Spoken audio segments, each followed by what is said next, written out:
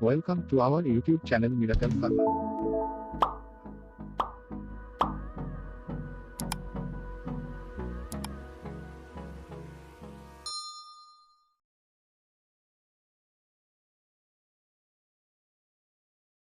दोस्तों काफी सारे व्यूवर्स के कमेंट आ रहे थे कि सर जेंटामाइसिन और डेक्सामेथासोन पर एक वीडियो बनाइए, ये कितना सेफ है, क्या इसे कॉम्बिनेशन में यूज किया जा सकता है। तो समझेंगे इसी वीडियो में जेंटामाइसिन और डेक्सामेथासोन किस कैटेगरी के इंजेक्शन है, कितने इफेक्टिव हैं और किस किस बीमारी में इनको दिया जाता है। तो वीडियो के अंत तक बने रहिए। चलिए सबसे पहले बात कर लेते हैं जेंटामाइसिन की। दोस्तों जेंटामाइसिन एक अमीनोग्लाइकोसाइड्स एक ड्रग क्लास है, उसका एक फैमिली मेंबर है।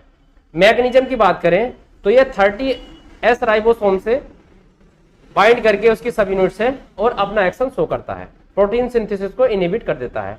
और इसकी जो प्रोटीन सिंथेसिस बाउंडिंग होती है ये इरिवर्सिबल बाउंडिंग होती है। मतलब एक बार अगर इसने सेल वॉल पर अटैक कर दिया, उसके प्रोटीन को इनहिबिट कर दिया, तो फिर जो है वो बैक्टीरिया वापस ग्रो नहीं कर सकता। अगर अगले इंजेक्शन की बात करें डेक्सामेथासोन, तो दोस्तों ये एक स्टेरॉइड क्लास की मेडिसिन है। वैसे काफी सारे स्टेरॉइड होते हैं अलग अलग तरह के। जनरली अगर इसकी बात करें डेक्सामेथासोन की, तो ये ग्लूकोकोर्टिकोइड्स एक स्टेरॉइड की क्लास होती है, उस ड्रग क्लास का जो है एक फैमिली मेंबर है। अगर मैकेनिज्म एक्शन की बात करें तो ये एंटीहिस्टामाइन रूप में भी काम करता है और साथ में जो है जितनी भी हमारे इम्यून रिस्पॉन्स होते हैं उनको भी जो है दबाने का काम करता है, मतलब सप्रेस कर देता है उसको। आसान भाषा में कहूं तो उसको दबाने का, जैसे कोई सी भी एलर्जी अगर हो रही है शरीर में तो उसको दबाने का काम करता है। साथ में जितने भी स्टेरॉइड होते हैं ये जो है हमारा जो भी हमने जो ड्रग यूज की है या जो भी हमने दवाई ली है उसकी जो है एक्शन को जो है थोड़ा ये इम्प्रूव कर देती है, जिसकी वजह से रिकवरी पेशेंट को जो है फास्ट होती है। अब चलिए बात कर लेते हैं ये कितना सत्य है और क्या है इसकी हकीकत, जो लोग जेंटामाइसिन और डेक्सामेथासोन इंजेक्शन को कॉम्बिनेशन में यूज करते हैं। वैसे दोस्तों मेरी अपनी स्टडी में मैंने कहीं ना ही किसी किताब में ना ही किसी सीनियर से ऐसा जो मतलब के एजुकेटेड पर्सन है, जो पढ़े लिखे डॉक्टर हैं, वो कहीं भी ना तो इस चीज को कहेगा और ना ही किसी किताब में मेंशन है कि आप दोनों को कॉम्बिनेशन में इसको यूज करें। लेकिन प्रैक्टिकली तौर पे मैंने भी देखा है कि काफी सारे डॉक्टर इसको जो है यूज करते हैं कॉम्बिनेशन में। वैसे ज्यादातर इंट्रामस्कुलर देते हैं, कुछ जो है इंट्रावेनस भी इमरजेंसी कंडीशन में दे देते हैं। अब क्या सच है इसके पीछे, अब इसके बाद में बात कर लेते हैं। दोस्तों जो छोटे गांव देहात में या छोटी जगहों पर जो डॉक्टर होते हैं उस टाइम जो है उनके पास इतनी क्वांटिटी में मेडिसिन नहीं होती है, साथ में ऊपर से है जो है पैसों का खर्च कि आप अगर अलग अलग तरह से अगर कोई मेडिसिन यूज करेंगे तो उसका जो है आप इतना खर्च नहीं उठा पाएंगे। इसलिए उनके जो पेशेंट होते हैं वो गिनती से 10-20 तो पेशेंट ही होते हैं, तो वो ये सोचते हैं कि मेरा पेशेंट किसी और डॉक्टर के पास टूट के ना जाए और मैं इसे जो दवाई दूं उसी से ये इसको जो है रिकवरी हो जाए। कोई घाव हो, जला कटा जैसे कि कोई, या कोई बैक्टीरियल इन्फेक्शन हो, किसी भी तरह का कोई इन्फेक्शन हो, उस तरह की कंडीशन में जो है यूज करते हैं। वैसे ज़्यादातर कंडीशन में जो है आराम भी मिल जाता है, लेकिन हर जगह बात यह है ना, जैसे कि अलग अलग सब्जियों में जो है आलू को इस्तेमाल किया जाता है, लेकिन मेरा अपना मानना है कि मैंने जो देखा अमूमन साग में आलू का इस्तेमाल नहीं किया जाता। वैसे इसका है, अगर आप हर जगह ही स्टेरॉइड का उपयोग करेंगे तो आने वाले टाइम में अगर कोई उसको बड़ी इंजरी होगी या कोई बड़ा इन्फेक्शन हो जाएगा उसको, तो उसको जो है ठीक करना बहुत मुश्किल हो जाएगा। इसलिए बचना चाहिए स्टेरॉइड थेरेपी से। स्टेरॉइड तब दिया जाता है जब कोई रेगुलर एंटीबायोटिक से भी कोई बैक्टीरियल इन्फेक्शन जो है ठीक नहीं हो पा रहा हो या बैक्टीरिया किल नहीं हो पा रहा हो। उसके साथ भी फिर क्लेवेनिक एसिड वाले मतलब के जो भी और कॉम्बिनेशन होते हैं, डबल एंटीबायोटिक भी यूज कर सकते हैं। तो बहुत सारी जो है कॉम्बिनेशन में जो है मेडिसिन आती हैं, तो जैसे एमोक्सिसिलिन के साथ क्लेवेनिक एसिड आता है और टैजोबैक्टम आता है, सेप्टोजोन वगैरह, और काफी सारे और भी एंटीबायोटिक हैं। सबका नाम लेंगे तो वीडियो काफी लंबा हो जाएगा, इसलिए मैं बता रहा हूं।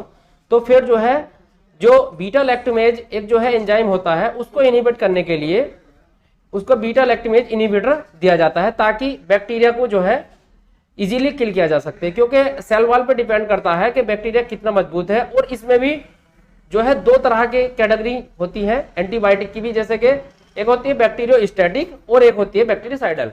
बैक्टीरियोस्टैटिक का मतलब आप ये समझ लिए कि जो भी हम एंटीबायोटिक देंगे वो उसको रोकने का काम करेगी बैक्टीरिया को, और हमारा इम्यून सिस्टम उसको किल करने का काम करेगा।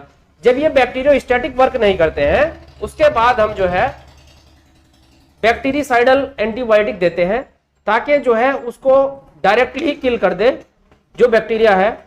इसी तरह से अब कुछ लोग कहते हैं कि सर जब यो पैंडेमिक चल रहा था कोरोना का, तो उसमें सर एंटीबायोटिक का क्या यूज था? तो उसका जनरली मतलब ये है, जो वायरस अंदर प्रेजेंट हो गया बॉडी के अंदर, तो वहां क्या करेगा, उसको इन्फेक्ट करेगा, तो सेकेंडरी इन्फेक्शन के चांस कम हो या ना हो, इस वजह से जो है डॉक्टर सेकेंडरी स्टेज में जो है एंटीबायोटिक मेडिसिन प्रिस्क्राइब करते हैं और रेगुलर यूज करते हैं, ताकि जितने भी संक्रमण उसकी वजह से जो हमारी बॉडी पार्ट अफेक्ट हुए हैं उनको हील किया जा सकते हैं। बस एक इतना सा ये काम होता है। अब चलिए बात कर लेते हैं डेक्सामेथासोन स्टेरॉइड पे। दोस्तों ये बहुत ही सस्ता और बहुत ही पुराना और बहुत ही जाना माना स्टेरॉइड है, जिसको जनरली भी पेशेंटों को दे दिया जाता है।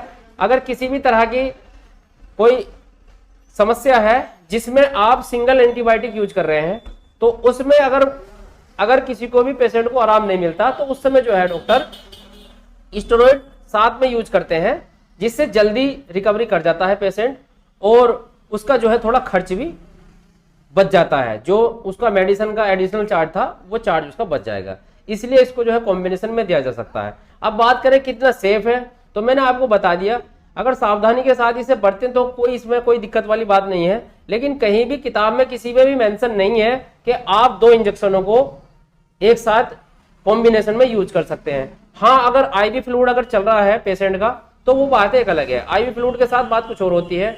अगर किसी को मान ले कोई रिएक्शन करनी थी दवाई, तो पार्टिकुलर एक्शन ना करके अगर वो रिएक्शन कर जाती है बॉडी में, तो उस समय थोड़ी सी कॉम्प्लिकेटेड स्थिति होती है, तो डॉक्टर समझ नहीं पाता। इसलिए ही क्योंकि वो कम पढ़े लिखे डॉक्टर होते हैं या बगैर पढ़े लिखे हैं, केवल प्रैक्टिकल बेस पे ही वो अपना काम करते हैं। अलग अलग भाषाओं में उन्हें अलग अलग नामों से संज्ञा दी जाती है। मैं किसी को बुरा भला नहीं कहना चाहता, इसलिए मैं बता रहा, आप समझ पा रहे होंगे। तो वो जो है पहले ही एक स्टेरॉइड का उपयोग कर लेते हैं, ताकि हमने जो मेडिसिन यूज की है उसका कोई साइड इफेक्ट पेशेंट को ना हो, जो कि एक अच्छी बात भी है। और अगर बात करें तो इसका एक नुकसान भी है। अगर कभी भी कोई उसको बड़ी इंजरी हुई या कोई और परेशानी हुई, पेशेंट को कोई ऐसी बीमारी लग गई उसको जो बगैर स्टेरॉइड के ठीक ही नहीं हो सकती, अगर उस समय स्टेरॉइड उसको दिया जाएगा, तो या तो उस स्टेरॉइड की डोज बढ़ानी पड़ेगी, और नहीं तो वो जो है मेडिसिन उसको वर्क करना बंद कर देगी। इसलिए जो है इससे जो है बचना चाहिए। अब मैं आपको बता देता हूं मेरी अपनी प्रैक्टिस में जनरल इसके साइड इफेक्ट क्या हो सकते हैं।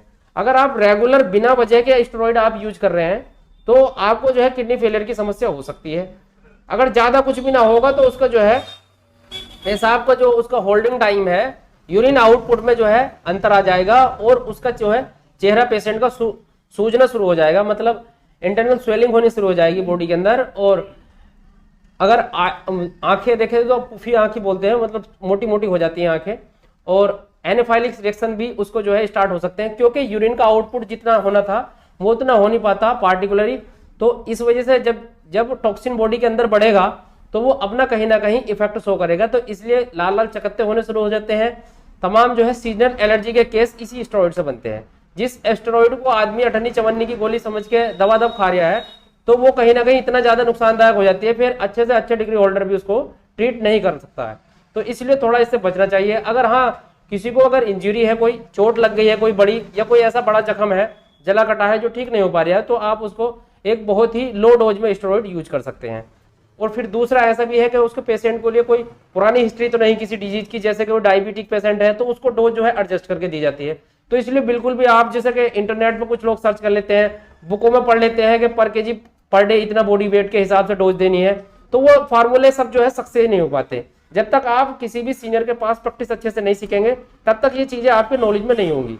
कुछ लोग कहते हैं कि पर केजी पर बॉडी वेट के हिसाब से मेडिसिन लगा दो और बिल्कुल करेक्ट होगी। मैं मानता हूं करेक्ट होगी, लेकिन ये कितने सारे फार्मूले जो है हमें जो है बनाए गए हैं हमारे लिए, ताकि डॉक्टर जो है सही से मेडिसिन दे पाए। तो उसकी भी एक बात होती है कि अगर आपको डोज का भी पता है और फिर कैलकुलेशन का भी पता है, तभी आप परफेक्ट डोज दे सकते हैं। अदरवाइज आप जो है या तो डोज ज्यादा दे देंगे या कम दे देंगे। तो अगर आपने कम दे दी तो उसको डिवाइड डोज में भी दे सकते हैं।